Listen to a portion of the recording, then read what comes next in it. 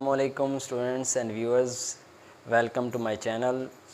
Today our discussion topic is Kolb electrolytic method for the preparation of alkane as well alkene. जहाँ तक इस topic की बात है एग्ज़ाम पॉइंट ऑफ व्यू से वेरी इम्पोर्टेंट मेथड है, यानी प्रेपरेशन ऑफ अल्केन और अल्कीन के लिहाज से। तो यहाँ पे जैसे कि heading Kolb electrolytic method, electrolytic की बेस पे प्रेपरेशन फॉर अल्केन भी है, प्रेपरेशन फॉर अल्कीन भी है एंड प्रेपरेशन ऑफ अल्काइन भी है। तो जब अल्केन की प्रेपरेशन के लिए मटेरियल को इलेक्ट्रोलाइट के तौर पे लिया जाता है तो कहते हैं कि कंसनट्रेटेड सॉल्यूशन ऑफ सोडियम और potassium salt of monocarboxylic acid is electrolysed. पहले एक मतलब कंसनट्रेटेड सॉल्यूशन बनाया जाता है मोनोकार्बोक्सिलिक एसिड का। मोनोकार्बोक्सिलिक एसिड एक ऐसा कार्बोक्सिलिक एसिड होगा जिसमें जो कार्बोक्सिलिक फंक्शनल ग्रुप होगा वो सिर्फ 1 होगा। जैसे हमारे पास एग्जांपल में CH3 COOH एसीटिक एसिड है। इस तरीके से फार्मिक एसिड भी एक किस्म का मोनोकार्बोक्सिलिक एसिड है, HCOOH। इस किस्म के ये मोनोकार्बोक्सिलिक एसिड है क्योंकि इनके अंदर कार्बोक्सिलिक फंक्शनल ग्रुप जो है वो एक होता है। अब इनके जो हाइड्रोजन हैं उनको रिप्लेस कर दिया जाए alkali metal like sodium and potassium से, तो वो वाले उस मोनोकार्बोक्सिलिक एसिड के मुतलका अल्कली साल्ट्स कहलाएंगे। यहाँ पे सोडियम या पोटासियम साल्ट लिया जाएगा और इस मेथड से अल्केन की प्रेपरेशन में सिमेट्रिकल अल्केन प्रोड्यूस होंगे। सिमेट्रिकल अल्केन क्या होते हैं, यानी एक ऐसे किस्म के अल्केन्स जिनमें कंडीशन जो है वो इक्वलेंस सिचुएशन की हो। जैसे CH3 सिंगल बॉन्ड CH3, ये एक सिमेट्रिकल अल्केन है। सिमेट्रिकल फॉर्म कैसी होती है, अगर वो सेंटर से ऐसे ब्रेक किया जाए उसके हिस्से को, तो इस साइड पे भी जो एटॉमिक नंबर है वो 15 के राउंड अबाउट वेट बनता है, इस साइड पे भी वेट 15 के राउंड अबाउट बनता है। तो इस किस्म की जो सिचुएशन होती है उसमें सिमेट्रिक पाई जाती है। यानी यहाँ पे अगर CH2 है CH3 है, यहाँ पे CH2 और ये CH3, तो ये भी एक किस्म की सिमेट्रिकल नेचर है। दोनों साइड पे जो वेट बनता है अगर दरमियान से ब्रेक किया जाए, मतलब उस वाले बांड से ब्रेक किया जाए सेंट्रल पार्ट से, तो दोनों साइड पे इक्वलेंस मैस हासिल हो, वो सिमेट्रिकल फॉर्म होती है। तो ये जो कोल्ब मेथड है, यहाँ से अल्केन की जो प्रिपरेशन है वो सिमेट्रिकल नेचर की प्रिपरेशन है। Methane can not be prepared by this method. इसमें RCOO R का मतलब है मिथाइल ग्रुप, मीन CH3 हो सकता है, CH3 CH2 हो सकता है, मीन C2H5 हो सकता है।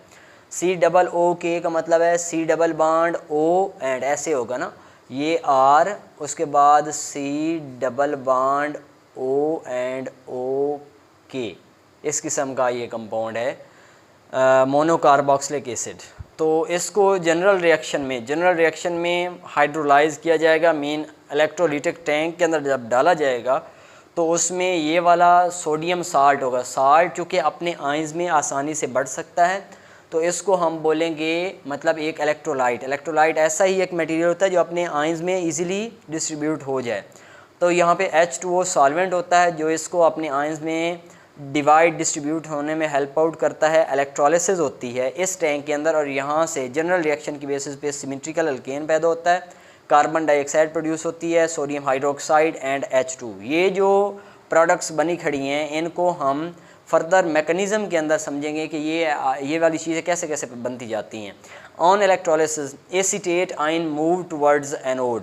इधर जो इलेक्ट्रोलिसिस वाला फिनोमिना जैसे ही स्टार्ट होता है तो जो एसीटेट आयन होंगे, मसलन अगर ये वाला बिलफर्ज लिया जाने वाला जो है वो sodium salt of acetic acid हो, मसलन यहाँ से लिया जाने वाला मटेरियल वो Na के साथ रिप्रेजेंट किया जाए, तो ये मटेरियल ओवरऑल क्या कहलाएगा, sodium salt of acetate.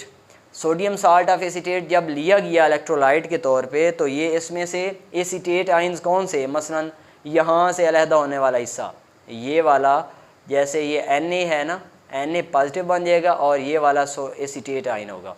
Acetate ion move towards anode to oxidise itself. यहाँ पे इलेक्ट्रोलिटिक टैंक जो होता है उसमें एक साइड पे एनोड फिट होता है, दूसरी साइड पे कैथोड होता है। कैथोड पे नेगेटिव चार्ज होता है, बैटरी के नेगेटिव टर्मिनल से कनेक्ट होता है, और एनोड पे पॉजिटिव चार्ज बैटरी के पॉजिटिव टर्मिनल पे इसके साथ कनेक्ट होता है। जो एसीटेट आइंस हैं वो मूव करेंगे टुवर्ड्स एनोड, क्योंकि एसीटेट आइन के ऊपर होता है नेगेटिव चार्ज, और अपने नेगेटिव चार्ज को रिलीज़ करने के लिए ये एनोड की जानिब मूव करेंगे, क्योंकि एनोड के ऊपर होता है पॉजिटिव चार्ज।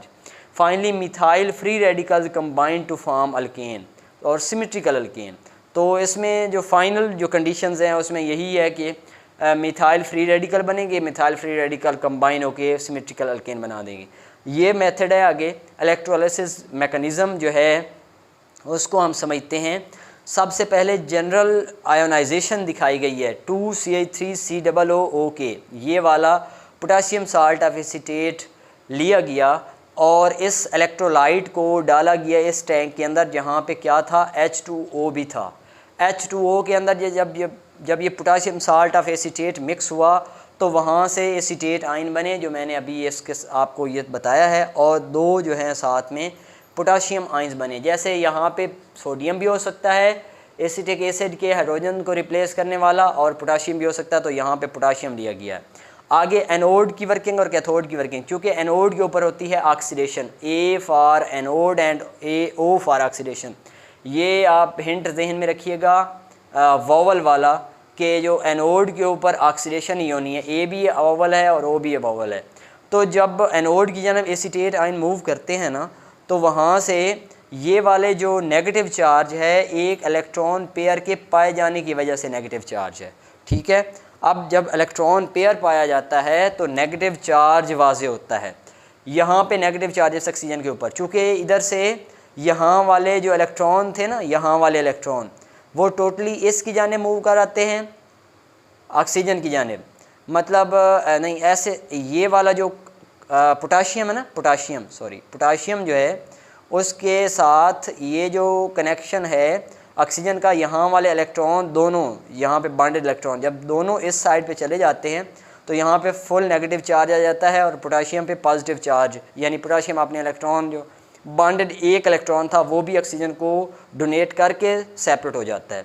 तो यहाँ पे इस स्टेप को समझें, जब एक इलेक्ट्रॉन दो एसीटेट आइंस हैं, हर एक एसीटेट आयन से जब एक इलेक्ट्रॉन निकलेगा तो दो इलेक्ट्रॉन टोटल खारिज होने वाले हो जाएंगे, जो एनोड के ऊपर गए और ऑक्सीडाइज हो गया एसीटेट आयन। दूसरी साइड से जो चीज़ बचने वाली है वो है acetate radical. Acetate radical 2CH3 single bond C double bond O and O के ऊपर डॉट एंड स्पॉट लगाया जाता है। इसका मतलब है दो इलेक्ट्रॉन यहाँ पे थे, अब एक इलेक्ट्रॉन बचा, टोटल दो ही एसीटेट आयन थे। हर एक एसीटेट आयन से जब एक इलेक्ट्रॉन खारिज हुआ तो दो इलेक्ट्रॉन तादाद में बच गए। अब ये जो एसीटेट आयन है ना, एसीटेट फ्री रेडिकल, ये अपने आप में इंतहाई अनस्टेबल है, क्योंकि ये जो फ्री रेडिकल फार्म होती है ये आयन से भी ज़्यादा शिद्दत वाली होती है, अपने आप को स्टेबल करने में बहुत ज़्यादा मतलब हरीनेस रखती है। तो यहाँ पे एसीटेट आयन में से ये जो कार्बन और ये कार्बन है, इनके दरमियान ये रेड डॉट्स मैंने बनाए इलेक्ट्रॉन पेयर के। अब ये इलेक्ट्रॉन पेयर इस सिंगल जो बॉन्ड है इसके अंदर हैं, तो जब ये वाला हिस्सा रेडिकल इन नेचर है तो ये वाला हिस्सा भी अपने आप को रेडिकल इन नेचर बना लेगा। क्यों? क्योंकि ये कार्बन अपने इस इलेक्ट्रॉन को वापस ले लेगा जो शेयर्ड था इस कार्बन के साथ, और अपना ये वापस आने वाला इलेक्ट्रॉन इस ऑक्सीजन के सिंगल इलेक्ट्रॉन के साथ पेयर कर लेगा। तो इस तरीके से ये वाली जो ये हिस्सा यहाँ से आपको नज़र आ रहा होगा, इससे यहाँ से ये हिस्सा टूट के कार्बन डबल बॉन्ड ऑक्सीजन और डबल बॉन्ड ऑक्सीजन ऐसे करके ये CO2, जैसे आपको पता है कि CO2 लीनियर स्ट्रक्चर रखती है, इस साइड से ऑक्सीजन डबली बॉन्डेड हो जाएगा। तो इसको कंडेंस करके लिखें तो 2CO2 बन जाएंगे, क्योंकि यहाँ से 2 मॉलिक्यूल्स हैं। नेक्स्ट ये जो 2 मिथाइल फ्री रेडिकल हैं ये आपस में कनेक्ट होते हैं और सिमेट्रिकल अल्केन प्रोड्यूस हो जाता है। अब देखो यहाँ से हमने क्या देखा, सिमेट्रिकल अल्केन भी ये पैदा हो गया और साथ में 2CO2 भी प्रोड्यूस हो गए। रहता क्या कुछ है, NaOH रहता है और H2O रहता है। कैथोड की वर्किंग स्टार्ट हो जाएगी। कैथोड के ऊपर चूँकि रिडक्शन होती है, reduction takes place at cathode, और इलेक्ट्रॉन गेन करने वाले जो आइंस होंगे वो कैथोड की जानिब मूव करेंगे। पोटाशियम आइंस जो हैं वो इलेक्ट्रॉन गेन करने वाले हैं, ये कैथोड की जानिब मूव करेंगे। जो दो इलेक्ट्रॉन इधर से खारिज हुए थे एसीटेट आयन, वो इधर आके एक्यूमुलेट हो चुके हैं और पहले भी नेगेटिव चार्ज कैथोड के ऊपर है। अब क्या होगा, 2 मॉलिक्यूल्स ऑफ वाटर जो यहाँ पे इस मटेरियल इस इलेक्ट्रोलिटिक टैंक के अंदर मौजूद हैं, वो 2 इलेक्ट्रॉन को लेंगे 2 मॉलिक्यूल्स ऑफ वाटर और वहाँ से 2 हाइड्रोक्सिल आयन और हाइड्रोजन गैस बनेगी। देखो ये 2H2O का मतलब है 2H positive and 2OH negative. 2H positive जो है वो 2 इलेक्ट्रॉन कैप्चर कर लेंगे और H2 गैस बना देंगे और बाकी 2OH 2 हाइड्रोक्सिल आयन बाकी रह जाएंगे।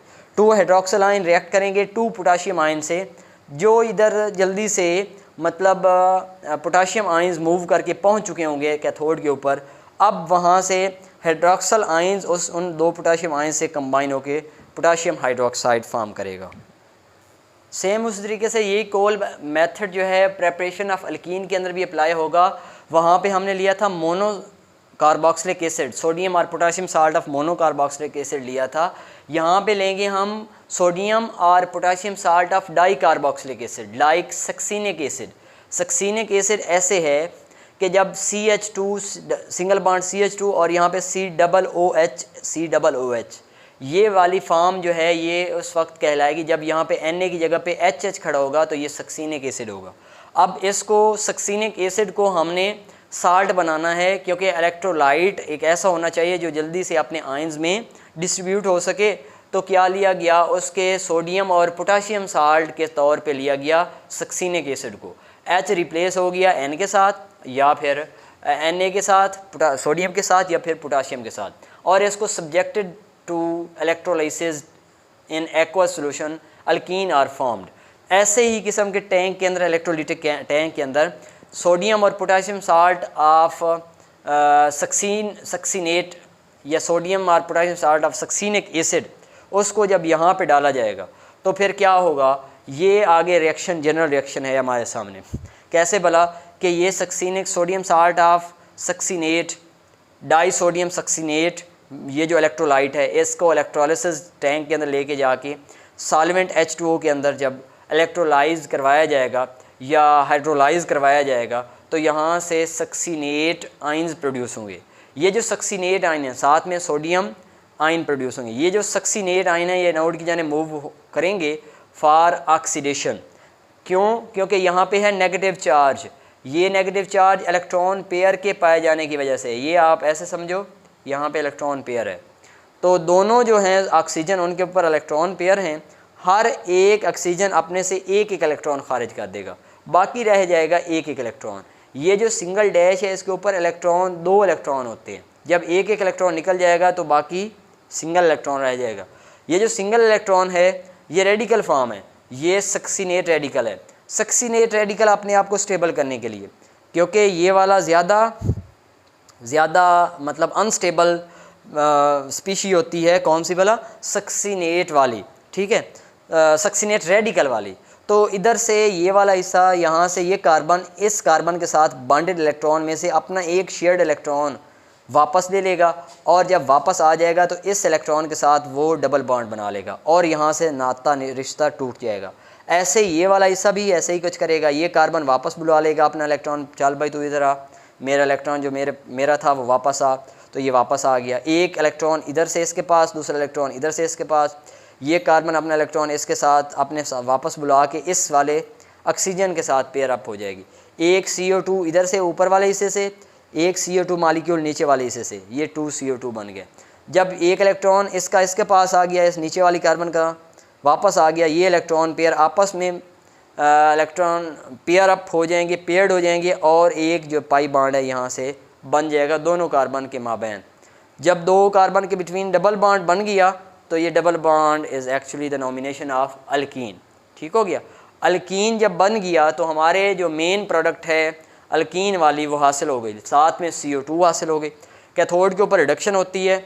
उसी तरीके से वाटर पहले जाएगा कैथोड की जानिब मूव करके और अपने आप को पहले रिड्यूस करेगा then that of potassium ion. ठीक हो गया। तो जब वाटर 2 इलेक्ट्रॉन उधर से छोड़े हुए, एनोड के छोड़े हुए कैप्चर करेगा तो हाइड्रोजन गैस बनेगी और हाइड्रोक्सिल आयन बनेंगे।